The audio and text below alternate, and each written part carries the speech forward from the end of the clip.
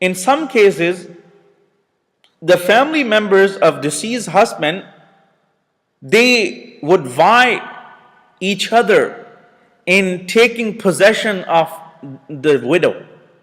So what would happen is one person would throw a sheet, a cloth, and it would fall onto the woman, and then he would claim that that woman belongs to him. And no one else has any right over her, no one can take anything from her, and no one can take her. So this is the meaning of this, because here in this ayah, Allah subhanahu wa ta'ala said, "Antarithun nisaa." So there is a possibility of two meanings. One meaning is that you take woman in your possession as wiratha. You know, mirath or wiratha applies only to the wealth, not to the children, not to the human beings.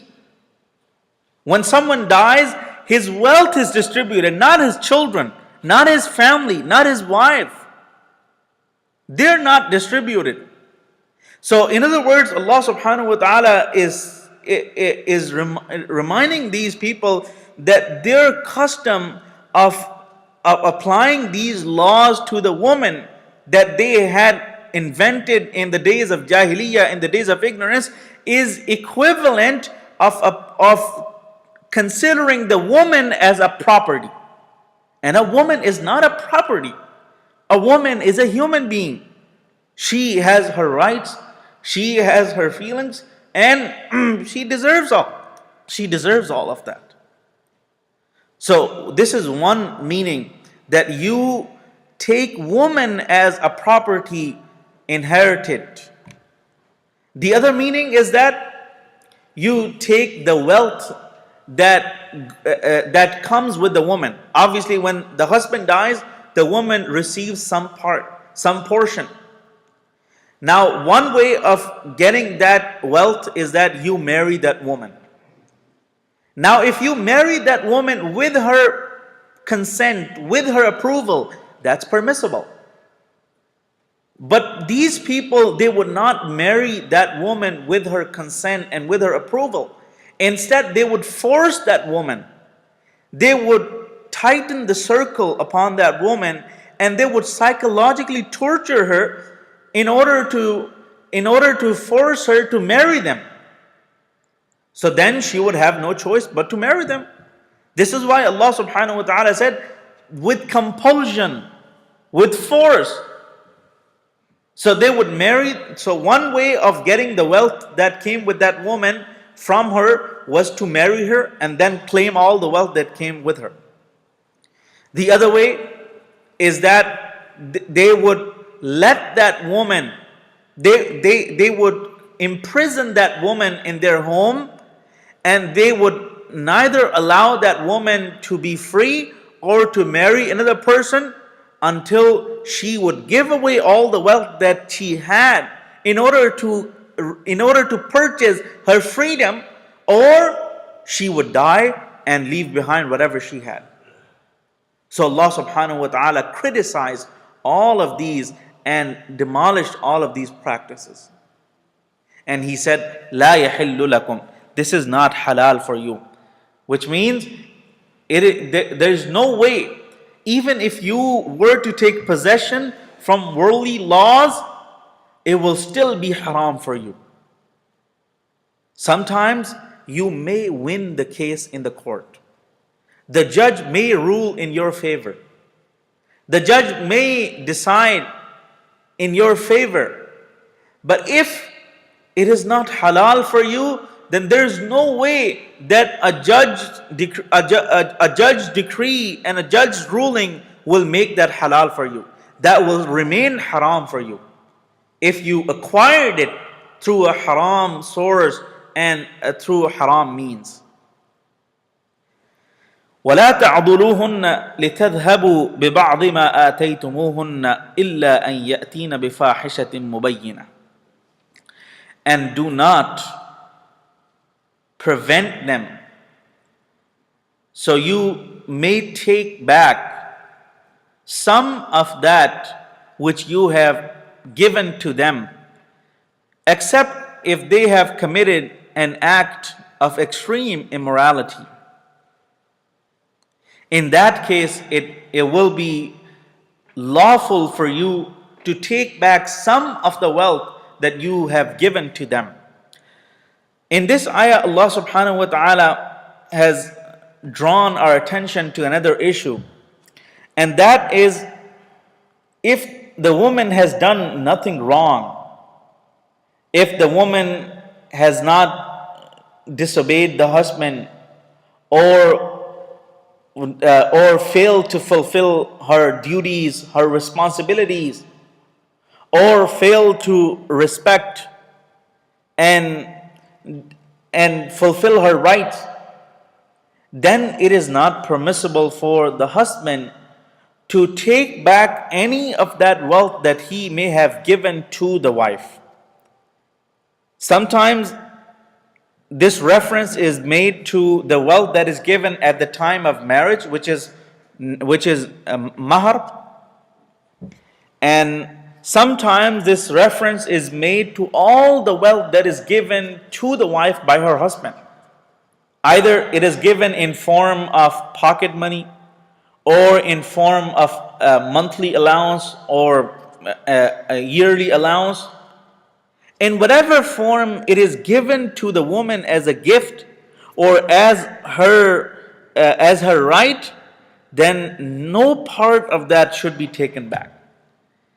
And sometimes people will bend the rules. People will try to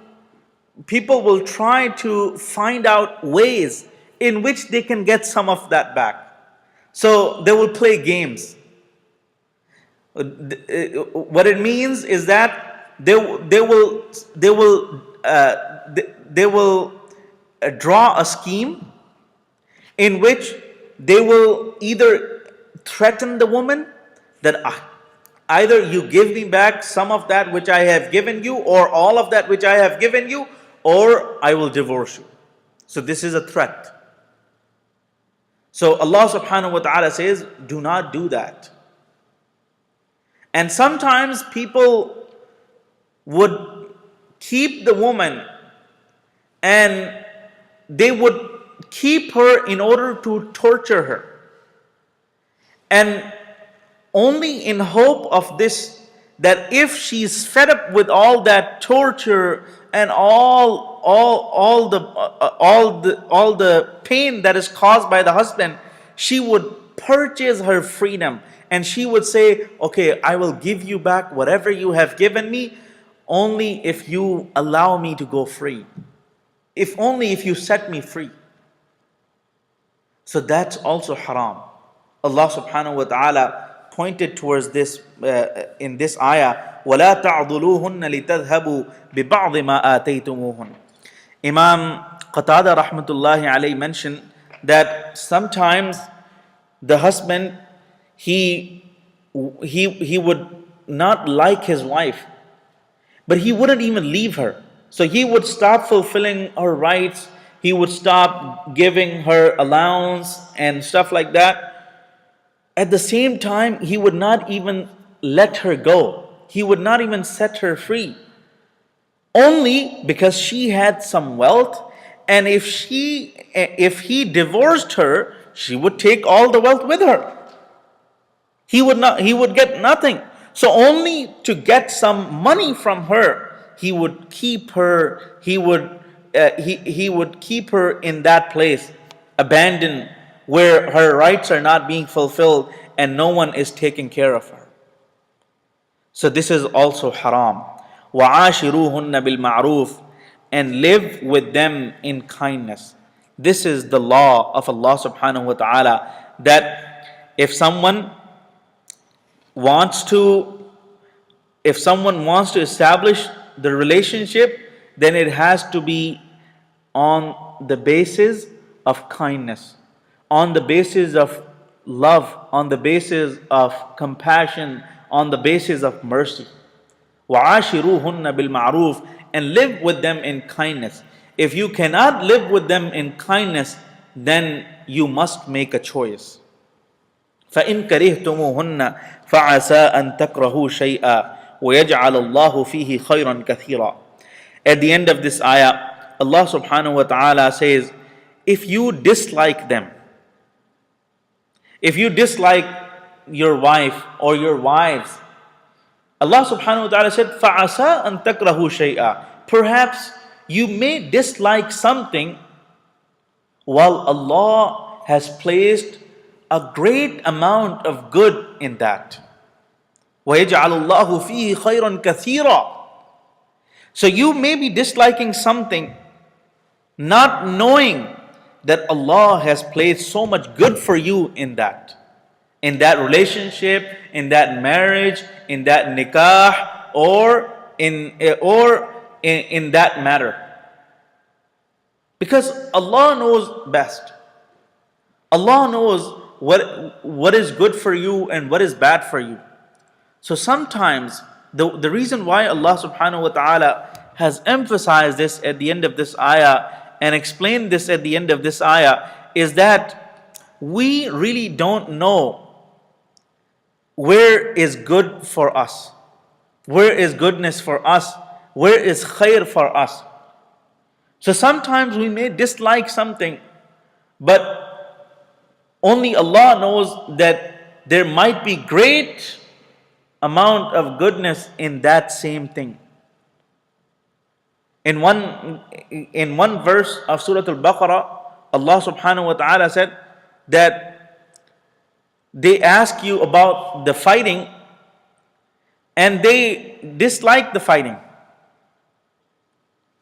But then Allah subhanahu wa ta'ala said that you may dislike the fighting, but only Allah knows that there might be great good in that for you. Similarly here, Allah subhanahu wa ta'ala said, فَإِن كَرِهْتُمُوهُنَّ. And if you dislike them, فَعَسَىٰ أَن تَكْرَهُوا شَيْئًا. So it is possible that you may dislike something while Allah has placed great good in that. وَيَجْعَلَ اللَّهُ فِيهِ خَيْرًا كَثِيرًا. There was a great scholar, Imam Abu Bakr bin Zayd rahimahumullah. He was a great scholar of his time. But his wife was not great to him. His wife would always swear to him, and his wife would always be disobedient to him, and she would always be very rude to him. And people knew about that. So some people came to him and they said, why don't you get rid of her and marry some other woman who would respect you, who would honor you, who would treat you well? So the scholar replied that Allah has given me all of this knowledge, and Allah has truly blessed me and honored me with all of this. And sometimes Allah subhanahu wa ta'ala punishes us for our misdeeds as well. And the punishment may come in any form. So he said, I'm afraid that if I leave her, Allah may punish me with something greater than that, with something that is even more severe than that. So that's why I hope that Allah has placed good for me in that. Allah has reserved goodness and khair for me in that relationship. وَإِنْ أَرَدْتُمُ اسْتِبْدَالَ زَوْجٍ مَكَانَ زَوْجٍ وَآتَيْتُمْ إِحْدَاهُنَّ قِنْطَارًا فَلَا تَأْخُذُوا مِنْهُ شَيْئًا أَتَأْخُذُونَهُ بُهْتَانًا وَإِثْمًا مُبِينًا. And in the previous ayah, the end of that ayah also teaches us